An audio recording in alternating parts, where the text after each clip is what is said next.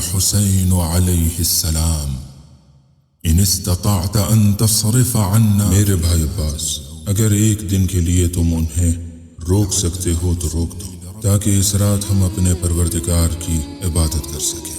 یقیناً وہ جانتا ہے کہ مجھے نماز اور تلاوت قرآن سے محبت ہے. وتلاوت کتاب. امام کے اس جملے سے پتہ چلتا ہے کہ شب عاشور عبادت کی شب ہے، پروردگار سے راز و نیاز کی شب ہے. ساتھ ہی یہ شب فیصلہ کرنے اور خود کو بدلنے کی بھی شب ہے.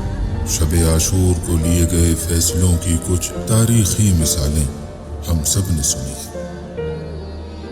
شب عاشور حر اپنے آپ کو جنت اور جہنم کے درمیان دیکھ رہا تھا. ایک طرف گانے بجانے اور ہنسی اور قہقہے کی آوازیں تھیں، تو دوسری طرف عبادت پروردگار میں اصحاب حسینی کی صدائیں اور چھوٹے چھوٹے بچوں کی العطش العطش کی آواز. یہی وہ مرحلہ تھا کہ جب حر نے اپنی زندگی کا سب سے بڑا فیصلہ لیا اور لشکر یزیدی کو چھوڑ کر سپاہ حسینی سے جا ملا.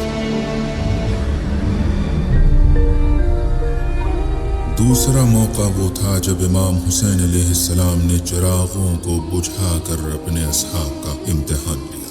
آپ نے فرمایا، اے میرے ساتھیوں، یہ قوم جفاکار صرف میرے خون کی پیاسی ہے اور انہیں میرے علاوہ اور کسی سے کوئی واسطہ نہیں ہے. لہٰذا تم میں سے جو جانا چاہتا ہے وہ چلا جائے. میں اپنی بیعت تم پر سے اٹھا لیتا ہوں. لیکن تمام اصحاب نے ایک زبان ہو کر کہا کہ فرزند زہرا، ہم کیسے آپ کو چھوڑ کر چلے جائیں؟ بخدا ہم آپ کا دامن ہرگز نہیں چھوڑیں گے.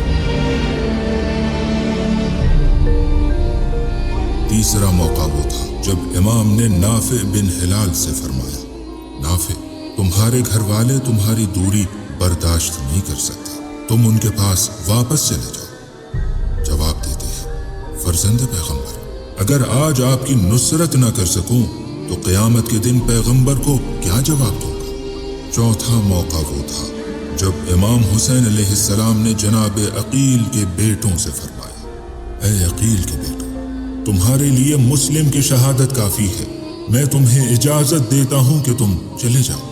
فرزندان عقیل جواب دیتے ہیں، یا ابا عبداللہ، آپ کو چھوڑ کر چلے جائیں اور کہاں جائیں؟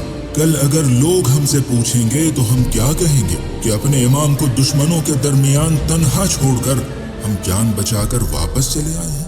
نہیں، یہ ناممکن ہے. شب عاشور نے یہ تمام مثالیں ہمارے سامنے پیش کی ہیں، جن میں ہم نے دیکھا ہے کہ کس طرح اصحاب حسینی نے اس عظیم رات میں عبادت و بندگی کے علاوہ اپنی زندگی کا اہم ترین فیصلہ لے کر امام حسین علیہ السلام کی نصرت پر. انہوں نے صرف امام کے ساتھ ہونے کی تمنا نہیں کی، بلکہ تمنا کے ساتھ ساتھ اپنے کو حسینی خیموں تک پہنچا. آج ہمارے زمانے کا امام بھی صدائے حل من ناصر بلند کر رہا ہے. وہ آئیں صرف زبانی تمناؤں سے آگے بڑھتے ہوئے اپنی زندگی سے حرام کو، لہو و لعب کو دور کر کے اپنے امام